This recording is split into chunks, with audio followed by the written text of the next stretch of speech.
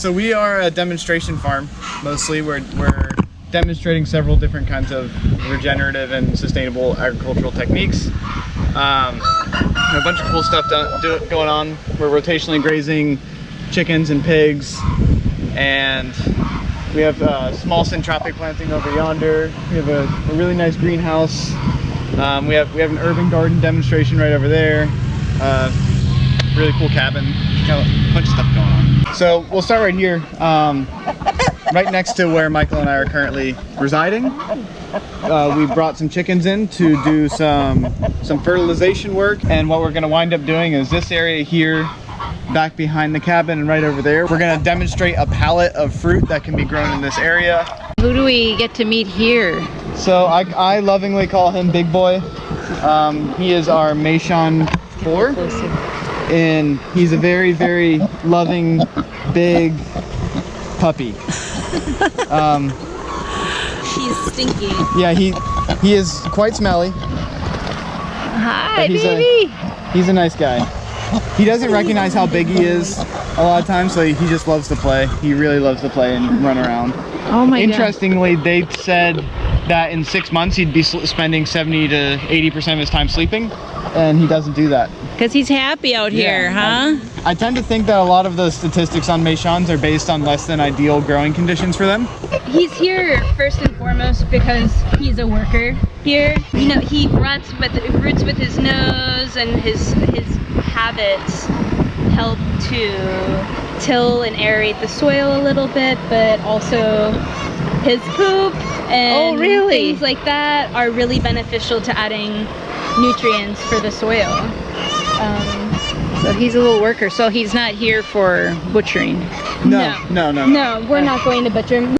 Passive water collection. Basically, it's instead of water flowing off the property and taking all the soil and nutrients with it, which is robbing us of beneficial things for our plants, we're slowing, sinking, storing, and spreading that water through this series of swales. So what do we have here? So this is the urban garden at the Johnny Appleseed Organic Village.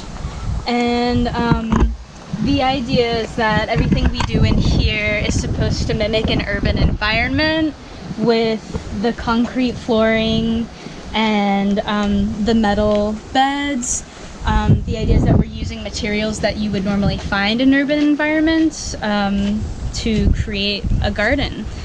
Now we get to meet, what are you calling this here? The climate cabin. The climate cabin. Yeah, so everything you see on the outside here, except for the gutters and the trim, is all made out of reclaimed materials. And this whole farm is all on renewable energy. It is, yep. We get our power from a solar farm.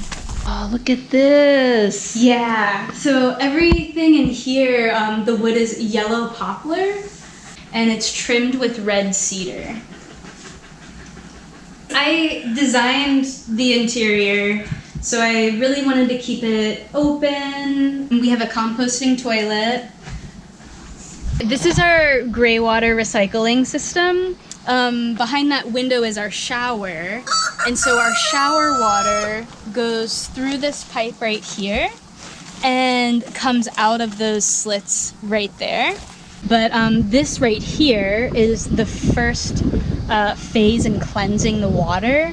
It's a reed bed, so these are reeds, and they're just in lime rock, and the idea is that the reeds, they take up any kind of harmful, it's weird because there's nothing harmful in our shower water because we use like natural soap, and that's like pretty much it. I use like natural hair products and everything, so there's nothing that's like totally like bad for the environment, but it just kind of aerates it and pulls up anything that could be harmful. And then once this fills, it overflows through that pipe and into our banana circle mulch pit. So this actually under here is a big kind of hole that's been dug and filled with mulch. And the idea is that the clean water irrigates irrigates these fakahachi grasses and bananas that will eventually grow to produce biomass to keep adding into the system, as well as potentially fruit. So yeah, and it's kind of a moisture hub. If you can see out here, I mean, this ground is solid. it's very mismanaged.